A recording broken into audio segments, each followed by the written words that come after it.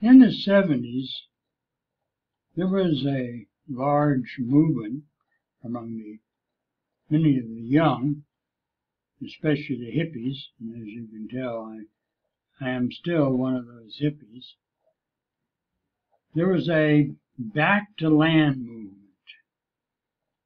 People, you've got to understand a lot of what the hippie was about was anti-establishment. They weren't, well, they were environmentalists, but they were doing things to prove that you could live a different lifestyle than generally was being lived by most people at that time. And so I was one part of that group. There was a town in New Mexico called Petaca that many of the hippies moved into and bought up the farms. And their primary intention was to be able to farm in the natural way, not using fertilizers, not using genetically altered grains and things. They just were wanting to just live a life very much, you might say, that it was like maybe 100 years ago, 100 years before that. And so many of them moved into the area and bought the farms and fixed up the house. Some of them made geodetic domes and, you know, and it was a small town in the forest. I guess altogether there maybe been 20 or 30 people living there. But the village itself was an old Spanish village. And now I use the word Spanish because it was not Mexican. These were Spanish people that came from Spain and settled in that area. And they lived in the forests. These villages were very isolated, small little villages up and down the Rio Grande. And so people moved in and began to farm. And some of them were a little extreme. One of the things to prove that you live off the land. So some of the group just lived off the wild vegetation that was around. Of course, many of them, most of them, I would say, were not meat eaters. They're very much into being vegetarians, being purists in that area. So it went very well, except after a while, there began to become some of the children who had fought in the War of Vietnam, and I guess being warriors and fighters or whatever, they decided that they were going to drive out all the gringos, all the Anglos, all the non-Spanish population. And so they armed themselves with machine guns and rifles and things like that, and went about chasing all the gringos out. And after they left, what they would do would burn their houses to the ground so they could not return. Well, that's a sad part of that, and it's a shame that it happened. But I want to point out that being that so-called discrimination is not against blacks or Spanish or whatever. The minority group were Anglos, English-speaking white people, and most of them were from middle-class homes, so they weren't exactly the undesirable group. But since they were in the minority, they were hated, disliked, not associated with, discriminated against, and finally driven out of town. Now, that's just a side note to what I'm saying here. It's like we all have this whole thing in the United States, minority groups, Spanish, and that we're white supremacists. Hey, we have it all built in us, okay? We all tend to be against a minority group for one reason or another. Okay, that's not exactly what I wanted to say. Uh, mostly my theme is on survival and back to nature. At that time, I wasn't back to nature so much. I lived in the village because it was cheap. My rent was $5 a month. No one charged for electricity, and there weren't, and the water was in the local springs, so living there was very inexpensive. I guess it was also my experiment with, how you can live on nothing. And I did that. I lived on nothing. I will admit that I did get food stamps, okay? And that supplied most of my food. I wasn't into hunting and eating the local vegetation. I was still doing it the way that most of us are doing it, okay? So I lived in this town for, I don't know, a year or two.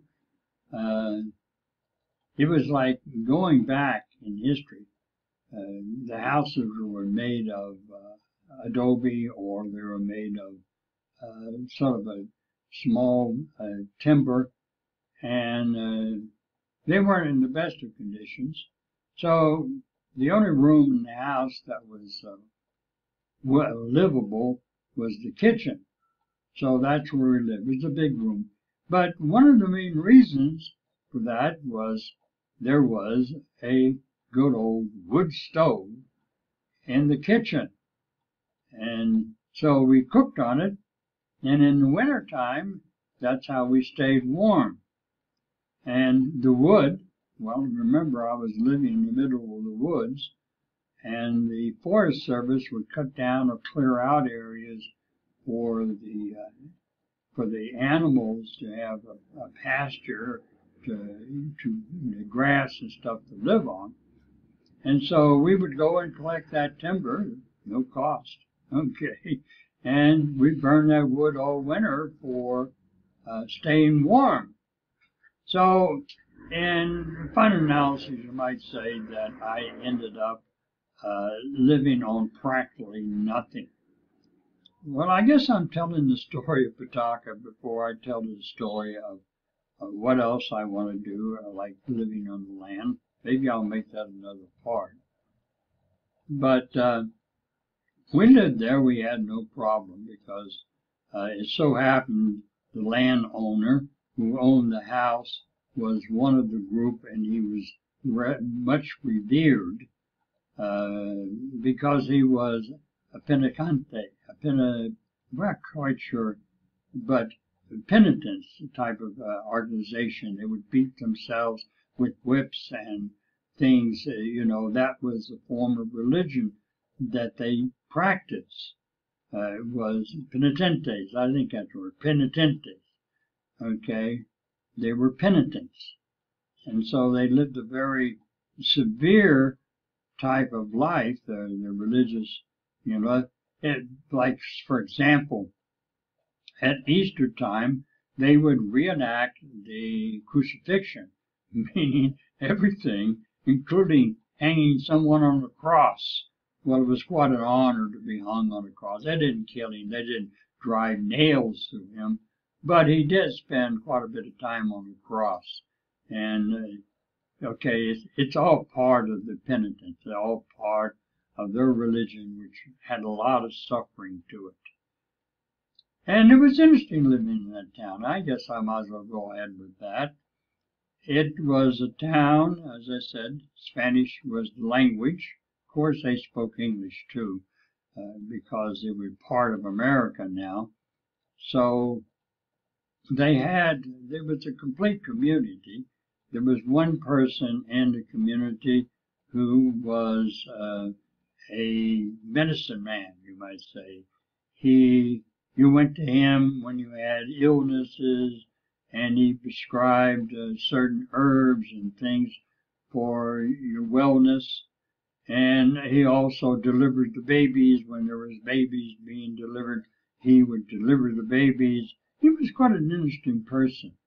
I enjoyed talking to him and finding these things out. Here it is in 1970s, and this is practices that goes maybe back to the 18th century or something. But there it was. They were totally self-sufficient, and they farmed and got hunted deer in the forest, and sort of lived off the land. So that sort of matched our back to land type of theme, because they hadn't changed their way of living. I guess for a couple hundred years they were still living the same lifestyle.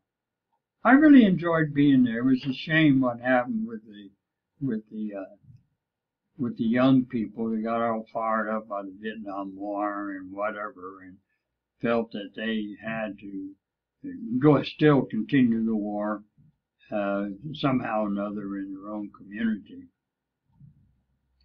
And I tried a lot to bring the community up to snuff. What I mean, I tried, because most of the people, a lot of the people in the community, many of the people in the community were on welfare. There was no jobs, of course, in the middle of the forest. There's no jobs. The only jobs that was available was fighting fires, and the problem with people in petaca is there was no telephones, so there's only word of mouth. So when a fire broke out, they sent out the word that they needed firefighters, that is, need warm bodies that could go out with a spade and a bucket and fight the fires. And so unfortunately they had no telephone, so they didn't get the word until it was too late. And this was one of the main ways of making enough money to live on in this community. So at that time, I was making a living. I wasn't entirely. I had decided I needed to make a living, and so I decided to make leather goods. Back in New York City, where I was living before this, I was a street vendor, and I sold leather goods on the streets of New York, and I made my living that way. And so I sort of knew the business. I knew what I needed to do. So I decided that what I was going to do is now make leather goods, and the simplest thing to make is here's a little break there. I just realized I was talking such a long period of time, and I hadn't checked to see if my voice was being recorded. But it was, and I just checked it out, and I'll add this to it. So I decided to help the community by setting up a factory. At that time, there's a lot of government help for setting up businesses for minority groups or for poverty-stricken people. And so I would get some help from the government regarding that, mostly equipment like sewing machines and so forth like that. So I said, well, let's set up a industry here in this small town in the forest. It's sort of like the cottage industries that Gandhi did.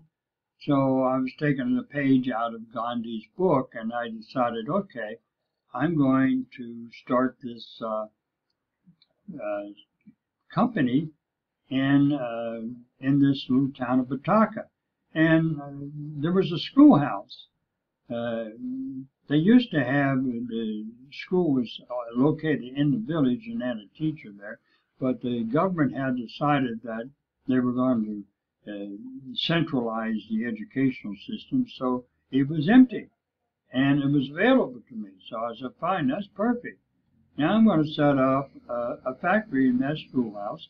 I asked the people in the community, would you work for me if I start a company here in the village. And they all said, yeah. I said, well, you'll lose your welfare probably. And they said, no, we'd rather be working than living on welfare. It's just that there's no work here. We were working in the mica mines, but they closed down some years ago. So I needed to set it up. Okay, I could get the equipment from the government. I had the employees, the people who worked locally. I would teach them what to do. I would manufacture it and sell the stuff in Santa Fe or even Albuquerque. So I needed some important part to this piece. I needed telephones. So, I couldn't wonder why they didn't have telephones. I mean, I asked people why they didn't have telephones, and they said, well, we asked for telephones, never got any. So I went to the state government, and I went to the telephone company, and I said, Petaca doesn't have any telephones. Why is that? He said, well, no one ever requested them. Well, I said to them, I'm requesting telephones. They said, glad, we're happy to give you telephones. Now, you got to realize they had to run a line in quite a distance from the main line, maybe 10, 15 miles. But they were willing to do that, to give telephones to these people. So they said to me, what you need to do is get subscribers, people who want to have telephones. So I went to all my neighbors and asked them, if they would like to have telephones. And all of them said, of course we'd like to have telephones. We always wanted telephones, but we didn't know how to do it. And I said, well, I'm doing it. So the only thing I need your name and your subscription that you want a telephone installed in your home. Well, I went back to the telephone company with all the subscribers, and within a few months, they ran telephone lines into Petaca. Now everybody had telephones. It was wonderful. Now they can call their relatives. They can call a doctor in an emergency. But not only that, this might hurt my project, but not only that, they can now receive a telephone call and answer and get jobs fighting fires. They were no longer isolated and jobless. Well, that made me feel pretty good, you know what I mean? And then again, I later on I brought in the library mobile unit, which they could borrow books now. And in other words, I was moving this community from the 18th century up to the 20th century. At that time, it was the 20th century, okay? And I felt good about that. And everybody felt good about that. It sort of helped the Anglo or the minority white group, non-Spanish speaking, be more acceptable in the community. Well, this all happened before the kids came home and started their campaign to drive all non-Spanish people out of the community. So when that happened, I said, no, it's impossible. I don't know, they burned down the school or whatever they're going to do. I just felt that it was not a good thing to do. So I decided then to move into Santa Fe and start my business there, to the shame of all. But there was much danger and much difficulty now involved in setting up my business. Okay, it's part of my theme of getting back to Europe, and also part of my theme of you don't need much to live on. There's always some way, somehow, if you're flexible, that you can make a living, that you can live, and that you can exist. So this is my part here on my experience in Petaca, New Mexico. There's much I want to tell you regarding this, But I'll stay on this theme, and I'll end here, and then I will go into the next part later. Okay, I'll see you people. I hope you listen to this. You got any comments, let me know.